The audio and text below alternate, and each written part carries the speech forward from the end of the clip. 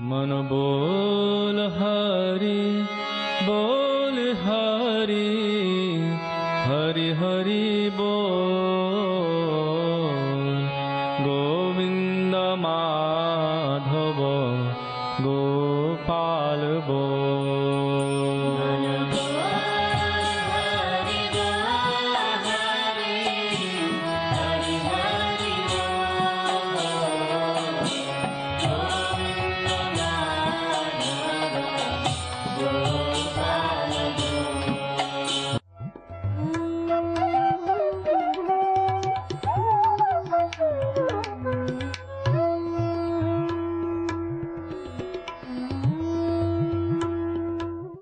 विष्णुपाद अष्टोत्तर शत श्री श्रीमद् भक्ति वेदांत नारायण गोस्वामी महाराज जी का शुभ आविर्भाव सन 1921 में बिहार के बक्सर जिले में मौनी अमावस्या के दिन अर्धरात्रि में हुआ था।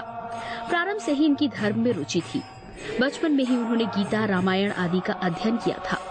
संसार से अत्यंत तीव्र वैराग्य होने के कारण 25 वर्ष की आयु में ही वे गृहस्थ जीवन त्याग कर मठ में निवास करने लगे। सन 1946 में उन्होंने नित्य लीला प्रविष्ट ओम विष्णुपाद श्री श्रीमद् भक्ति प्रज्ञान केशव गोस्वामी महाराज जी से विधिवत दीक्षा प्राप्त की तथा सन 1954 में संन्यास ग्रहण किया। मथुरा में निवास करते हुए अपने गुरु की आज्ञा तथा कृपा से अनेक ग्रंथों का हिंदी भाषा में अनुवाद किया है। इनके प्रमुख ग्रंथ हैं श्रीमद् भगवद गीता, गीत गोविंद, जैव धर्म, वेणु गीत, भजन रहस्य, ब्रजमंडल परिक्रमा, श्री श्री वृहद भागवतामृतम। इन सभी ग्रंथों का English, Spanish, Dutch, French, German, Russian, Italian, Portuguese, Chinese आदि विश्व की अनेक भाषाओं में अनुवाद हो रहा है। लगभग पिछले 60 वर्षों से श्रील भक्ति वेदांत नारायण गोस्वामी जी महाराज ने भारत एवं विश्व के सभी प्रमुख देशों में शुद्ध भक्ति का प्रचार किया, अर्थात भक्ति योग की शिक्षा प्रदान की। श्रील गुरुदेव के भक्ति प्रचार कार्य से प्रोत्साहित होकर अमेरिका के ह्यूस्टन के मेयर द्वारा श्रीमान लीपी ब्राउन ने 31 मई सन 2003 को इन्हें ऑर्डिनरी सिटीजनशिप एवं गुडविल एम्बेसडर के सम्मान से विभूषित किया। सन 2003 में ध्वजाचार्य पीठ तथा विश्व धर्म संसद ने श्रील गुरुदेव को कृष्ण भक्ति, विश्व भर में सनातन धर्म के प्रचार प्रसार तथा ब्रजमंडल के संरक्षण एवं पुनरुद्धार हेतु अनेक अथक प्रयासों के लिए योगाचार्य की उपाधि से सम्मानित किया। इस प्रकार संपूर्ण विश्व में प्रेम धर्म का प्रचार प्रसार करते हुए श्रील भक्ति वेदांत नारायण गोस्वामी जी महाराज ने 29 दिसंबर 2010 को श्री जगन्नाथपुरी में अपनी भौम लीला को संवरण किया। वे अपनी दिव्य शिक्षाओं में और अपने निष्कपट आश्रित जनों के हृदय में सर्वदा विराजमान हैं। सबसे पहले मैं अपने गुरुदेव नित्य लीला प्रविष्ट ओम विष्णुपाद अष्टोत्तर शत परिवर्जिकाचार्य श्री श्रीमद् भक्ति वेदांत नारायण गोस्वामी महाराज जी के चरणों में प्रणाम करता हूँ। नित्य लीला प्रविष्ट ओम विष्णुपाद अष्टोत्तर शत परिवर्जिकाचार्य श्री श्रीमद् भक्ति वेदांत स्वामी श्रील प्रभुपाद के चरणों में प्रणाम करता हूँ। अपने परम गुरुदेव नित्य लीला प्रविष्ट ओम विष्णुपाद अष्टोत्तर शत परिवर्जिकाचार्य श्री श्रीमद् भक्ति प्रज्ञान केशव गोस्वामी महाराज जी के चरणों में प्रणाम करता हूँ। अपनी पूरी गुरु परंपरा के चरणों में प्रणाम करता हूँ। आप सब भक्तों का, श्रोताओं का, दर्शकों का स्वागत है। कहते हैं कि ये जगन्नाथ जी जो जगत के नाथ हैं, कौन खींच सकता है उनको? ब्रह्मांड के ब्रह्मांड, लोकों के लोक को चलाने वाले को कौन खींच सकता है? तो उन्होंने बड़े ही आसान शब्दों में कहा कि ये रथ जो है, जो डोर में बंधा हुआ है, ये प्रेम की डोर है। भगवान प्रेम से खींचे चले जाते हैं भाई, और कोई तरीका नहीं है। ये प्रेम का विषय जहाँ पे आता है, वहाँ पे ब्रह्मवादी लोग ये बात को नहीं समझ पाते हैं। वो ये कहते हैं कि वो परम सत्य एक ब्रह्म है। ब्रह्म मतलब एक ज्योति की तरह है और जो सब जगह विराजमान है। ब्रह्मवादी लोग अपने ज्ञान से, उनका मार्ग ज्ञान मार्ग होता है, वो अपने ज्ञान से भगवान को ब्रह्म देखते हैं, एक ज्योत की तरह देखते हैं। योगी मुनि लोग अपने अष्टांग योग से, अपनी योग सिद्धियों से, अष्टांग योग से वो भगवान को परमात्मा के रूप में हृदय में देख सकते हैं। भक्त लोग अपने भक्ति योग से, अपने भजन से वो क्या देखते हैं? वो स्वयं भगवान को देखते हैं। उनकी नजर प्रेम की होती है। भक्त लोग ही भगवान के इस स्वरूप को, इस जगन्नाथ जी के स्वरूप को पहचान सकते हैं। भगवान ने बोला छठे अध्याय में, ओ अर्जुन, मैंने यहाँ पे सब योगियों के बारे में तेरे को बोल दिया। आखिरी में छठे अध्याय के भगवत गीता में छठे अध्याय के आखिरी श्लोक में भगवान ने बोला, योगी नाम अपि सर्वशाम मदगत अंतर आत्मनाम श्रद्धावान भजते यो माम स युक्तात्मो मता। तो यहाँ पे भगवान ने बोला, देखो मैं सारा निष्कर्ष अब बता रहा हूं। स युक्तात्मो मता, मता मतलब मेरे मत में, मेरी ओपिनियन में। क्या? योगी नाम, ये जितने भी योगियों के नाम मैंने लिए, कर्म योगी, ज्ञान योगी, ध्यान योगी, ये जितने भी नाम मैं ले रहा हूं, तीसरे अध्याय में कर्म योग, चौथे में ज्ञान योग, ये सब जो मैंने तेरे को बताए हैं, अब मेरा भी मत सुन ले। क्या मत है भगवान का मत? योगी नाम अपि सर्वशाम, सर्वशाम मतलब सारे योगियों के बारे में निष्कर्ष मैं देता हूं।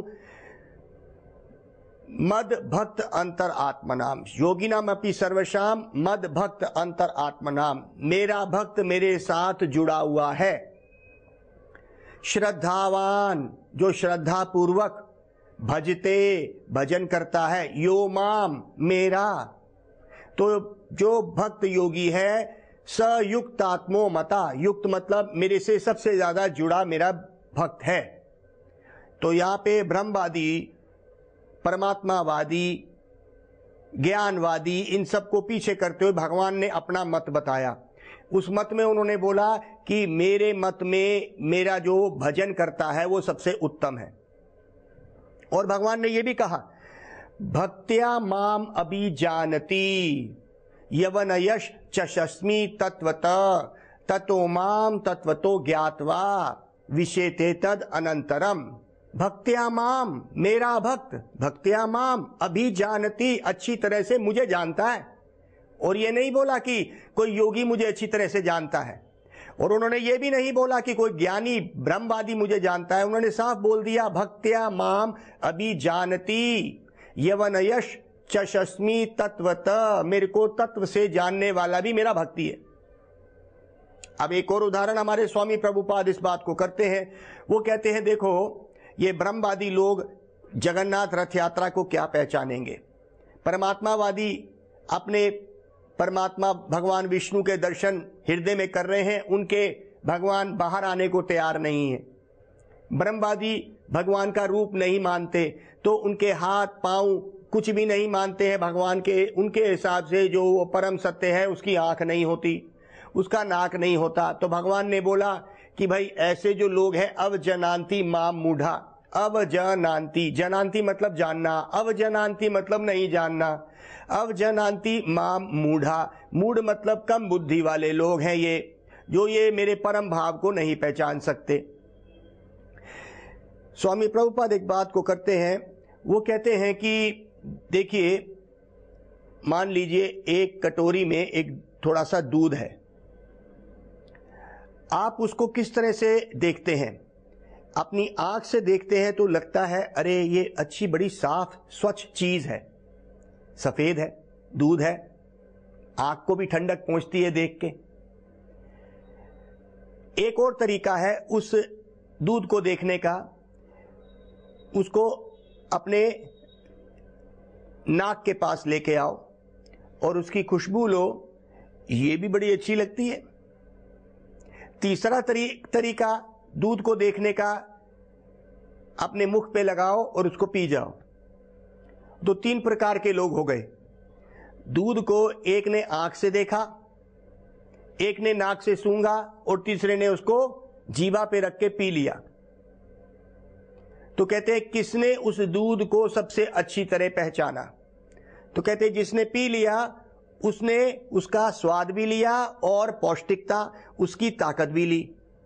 देखने वाले ने कुछ हद तक उस दूध को स्वाद लिया आंख से कि वो साफ, कोई अच्छी, कोई स्वच्छ चीज है, प्योर है, सफेद है। नाक से खुशबू आई। तो ये जो पहले प्रकार के लोग हो गए, जैसे जिन्होंने आंख से तो देख लिया कि भाई दूध सफेद है, लेकिन पूर्ण रूप से दूध के गुण को नहीं पहचान पाए, तो कहते हैं ये हो गए, मान लीजिए, ब्रह्मवादी। क्योंकि भगवान ने बोला ब्रह्म तो मेरे ही शरीर का एक लिश्कारा है, ब्राह्मणो ही प्रतिष्ठा अहम। अहम मतलब मैं, वो ब्रह्म ज्योत मेरे से ही निकल रही है, भगवत गीता।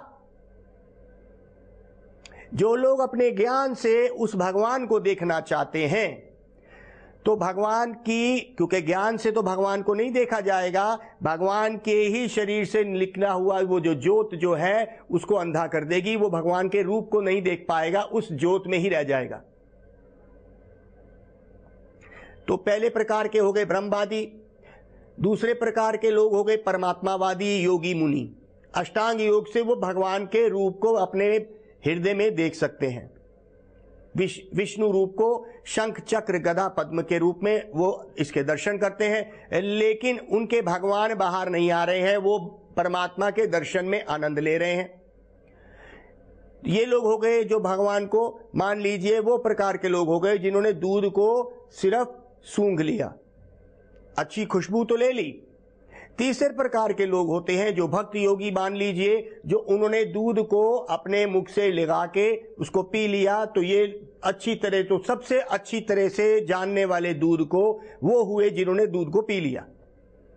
उसी तरह से ब्रह्मवादी हो गए जो आंख से देख लिए, परमात्मावादी हो गए जिन्होंने नाक से दूध को सूंघ तो लिया, लेकिन जो भक्त योगी है वो पूर्ण रूप से उस दूध का आनंद उठा रहा है। ये हो गए भक्त योगी। ये लोग अपने प्रेम से उसी भगवान त्रिलोकीनाथ को, जो सबसे शक्तिशाली है, अपने प्रेम से उसको रथ पे बिठा लेते हैं और बिठा के उसको उस प्रेम की डोर की रस्सी से खींचते हैं। अब ये प्रेम की डोर की जो रस्सी है, ये बड़ी ही, जब तक भक्तों की कृपा नहीं पड़ेगी, हमें भगवान की उस रस्सी का आनंद नहीं आएगा। तो कह दिया कि भाई ब्रह्मवादी लोग और परमात्मावादी लोग इसमें ज्यादा आनंद नहीं लेते जो भक्त लोग लेते हैं। अब आ जाइए, ये जगन्नाथ जी का अगर आपने स्वरूप देखा है,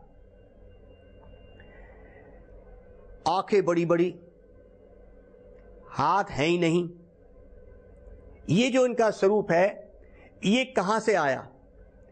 एक बड़ी पुरानी कथा है जिससे कि मैं चाहूंगा कि आपको ये समझ आए कि ये जगन्नाथ जी का स्वरूप क्या है। हमने अपने गुरुदेव से पूछा कि इतनी बड़ी बड़ी आंख ये क्या है? ऐसे लगता है कि ये एक जोकर सा बन गया है।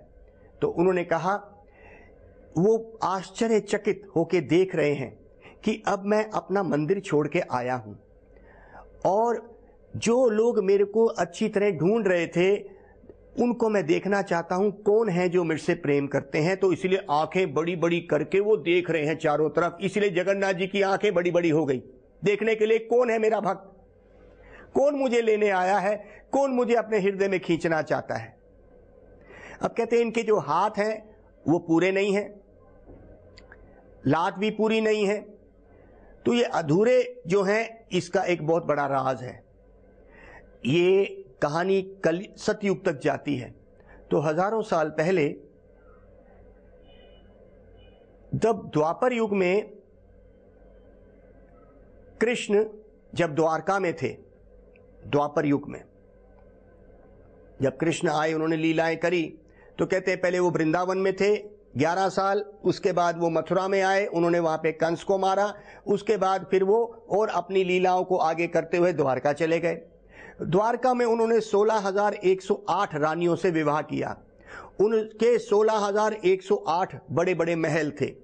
नारद जी ने एक दिन वहां पे देखा कि अरे मैं तो कृष्ण के दर्शन करूं, तो जब वो वहां पे उनके दर्शन करने गए तो उन्होंने देखा कि एक में तो वो रुक्मणी के साथ बैठ के कुछ मजाक कर रहे हैं। सत्यभामा के महल में चले गए, उन्होंने देखा कि अपने बच्चों को उन्होंने पीठ पे लगा के खेल रहे हैं वो। तीसरे में जामवंती के पास गए तो पाशा क्रीड़ा खेल रहे हैं। तो नारद जी बड़े ही अचंभित हो गए कि एक व्यक्ति एक ही समय इतने सारे रूप में बैठा हुआ है। नारद जी तो मानते थे कि ये तो भगवान है। तो भगवान कृष्ण 16,108 रूपों में उन रानियों के साथ एक साथ रह रहे हैं। ब्रज की जब कृष्ण को याद आती है और उसी याद में वो कृष्ण रहते हैं। ये ब्रज का प्रेम तो ना मथुरा में मिला, ना कृष्ण को द्वारका में मिला। एक दिन रोहिणी मैया कौन है? वो ब्रज की ही परिकर है, बलराम जी की मैया है। बलराम जी कृष्ण के भैया हैं, बड़े भाई। बचपन का दोनों का खेलना, मटकी तोड़ना, बलराम जी का भी और कृष्ण का भी। अब रोहिणी मैया ने यह सब देखा हुआ है, तो वो कहते हैं रोहिणी मैया कृष्ण को मिलने आई द्वारका में कई सालों के बाद। तो सब रानियों ने रोहिणी मैया से पूछा कि हम इनको इतना प्रेम करती हैं, लेकिन फिर भी ये उन गोपियों को याद करते हैं, उन गैयाओं को याद करते हैं जो इन्होंने ब्रज में चराई थी, उन सखाओं को याद करते हैं। हमारे ये पति बन गए, लेकिन ये याद उन गोपियों को, उन सखाओं को, उन गैयाओं को याद करते हैं, सांवली धावली करके नाम लेते हैं। ऐसा क्या प्रेम किया उन ब्रजवासियों ने?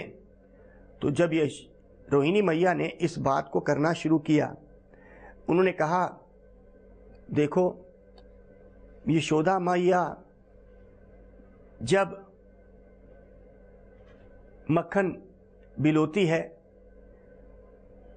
तो कृष्ण उसको मटकी को तोड़ देते हैं।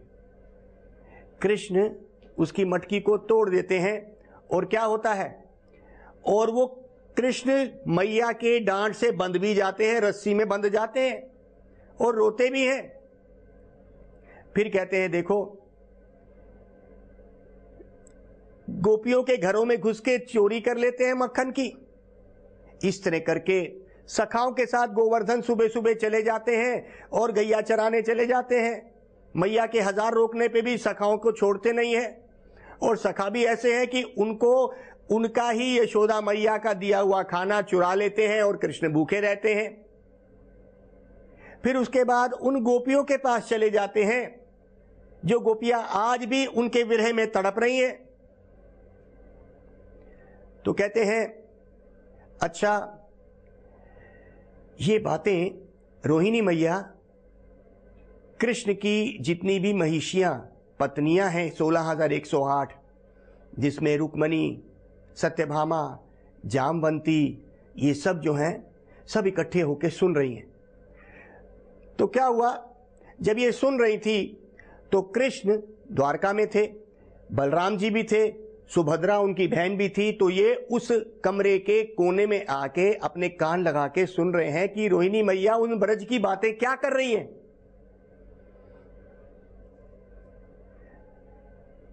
तो जब ब्रज की बातें शुरू हुई, कृष्ण के अंदर वो प्रेम आ गया जो उनको याद आई उस ब्रज की।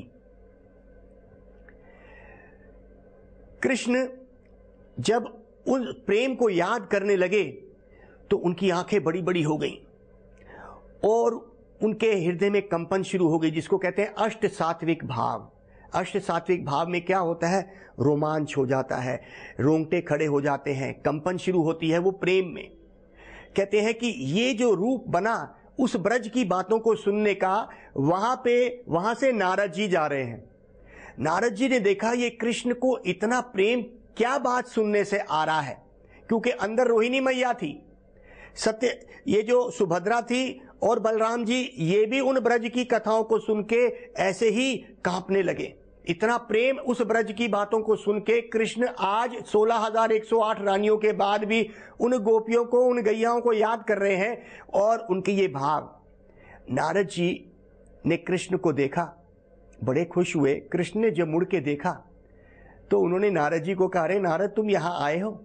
तो नारद जी ने कहा, अच्छा आज मैं बहुत आनंद में हूं, मांगो क्या मांगते हो। तो नारद जी ने कहा कि प्रभु मैं आपसे वर मांगता हूं। तो कुछ 2-3 वर नारद जी ने उस वक्त मांगे जब कृष्ण बहुत आनंदित थे। तो कृष्ण ने कहा क्या मांगते हो। उन्होंने कहा देखो प्रभु, पहला है श्री कृष्ण चंद्र तृप्ति रस्तो कदापि ना। हमारे बृहद भागवतामृतम में सनातन गोस्वामी भी इस बात को कर रहे हैं। श्री कृष्ण चंद्र तृप्ति रस्तो कदापि ना, भवतो अनुग्रह भक्तो प्रेमनी च नंद भजनाम। ये पहला वर मांगा। हे प्रभु श्री कृष्ण चंद्र तृप्ति रस्तो, तृप्ति मतलब सेटिस्फाइड, सेटिस्फैक्शन, तृप्ति रस्तो कदापि ना। हे प्रभु भवतो अनुग्रह भक्तो प्रेमनी, जो भक्त तेरा भजन करे तेरी उस व्यक्ति की, उस भक्त की तेरे अंदर तृप्ति कभी ना हो। जितनी भक्ति करे और उसको लगे कि मेरी भक्ति और होनी चाहिए, तो कभी भी इस भक्ति से तृप्त ना हो। और भवतो अनुग्रह, तेरी कृपा उस पे और पड़े और उसको भक्ति और मिले और उसको लगे जितनी वो भक्ति आगे करे उसकी तृप्ति और कम हो और वो और आगे आनंदित हो। अर्थात ये वो कभी ना कहे कि अब मेरी भक्ति पूरी हो गई। ये पहला वर। तो भक्ति देवी का पहला गुण क्या है, जितनी भक्ति करोगे उतनी ही आनंद होगा और लगेगा हम और करें। दूसरा वर स नित्यम गोपी कूच कलश कश्मीर वलश त्वदीय अंग्रि द्वंद्वा कलय तुतराम प्रेम भजनम। ये दूसरा वर मांगा। स नित्यम गोपी कूच कलश कश्मीर वलश। हे प्रभु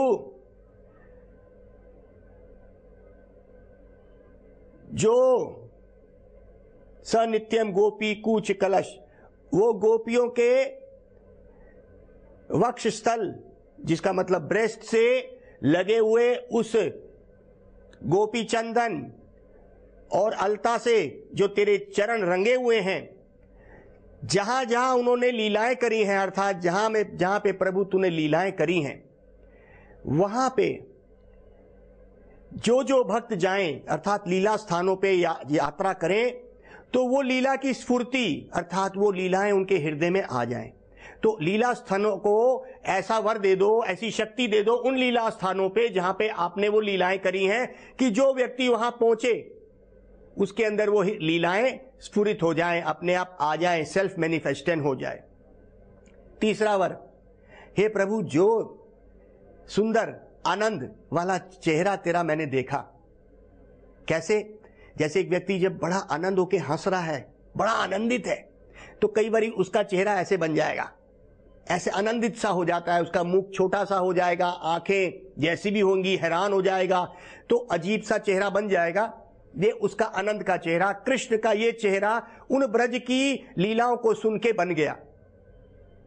तो नारद जी बड़े ही अचंभित हो गए कि कृष्ण उस ब्रज की लीलाओं को देख के इतना आनंदित हो गए। ये ब्रज की लीलाएं इतनी आकर्षित उनको आज भी कर रही हैं।